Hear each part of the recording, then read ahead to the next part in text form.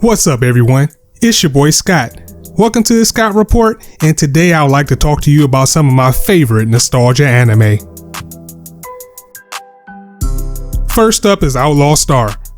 Known as the underdog rival to Cowboy Bebop, Outlaw Star shows the more lighthearted and adventurous side of bounty hunting versus the more contemporary and realistic side that we're used to seeing. Join Gene Starwind and his crew as they embark on a quest to find the galactic ley line, as well as score some serious loot in the process.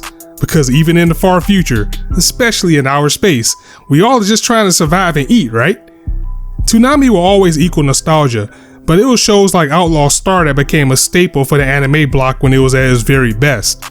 Outlaw Star was colorful, it had memorable characters, great music, and it was just a fun galactic space ride. It's one of my go-tos when I want to smile, and that's why it's on my list. Next up is Rambo 1/2.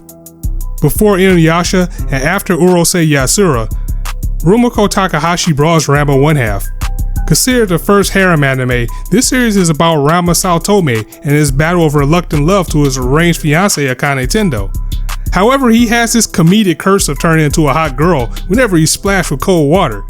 It's as fun as it sounds, trust me.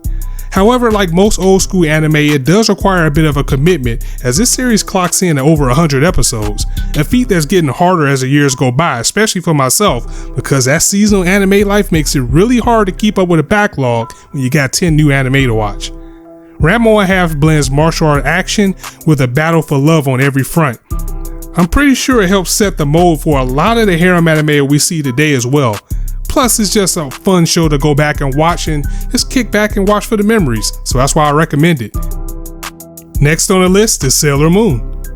Fighting evil by moonlight, winning love by daylight. The uncontested queen of anime gave girls a hero they can cheer for, and this series may have just bridged the gap by having boys admit that they actually watched it too. Sailor Moon not only brought you kick-ass transformations and action, it was also a story about love and going to school and all of the blues that come along with that as well. There is a current remake of it called Sailor Moon Crystal, and it's darker and more faithful to the manga, but the production and the animation on that at times can be really jarring. And I'm not one that usually homes in on that type of thing, but I can understand why someone would be put off by it. I don't know, there's just something about the original series that embodies the charm of that era, and it sends me back to my early days of watching anime. If anything, the theme song of the American version of the series still puts a smile on all of our faces, and whether you love the series or not, you know the song. You know it. Fighting evil by moonlight, winning love by daylight. Alright, that's all you're getting. We're just gonna go. We'll be here all day if we get into that song, but Sailor Moon is just another one of those series. Again, it just brings back a lot of memories whenever I watch it, and it's a good series to watch whenever I want to have a good time.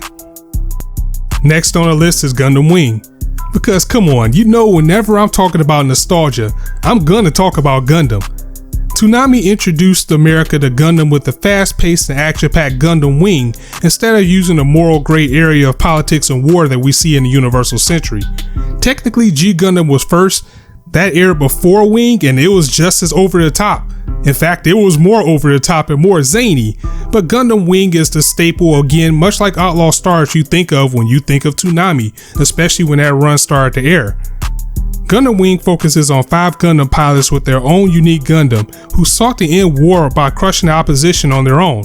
Lots of action, lots of explosions, and just what we needed to ease us into the giant robo genre for a new audience that was getting into it.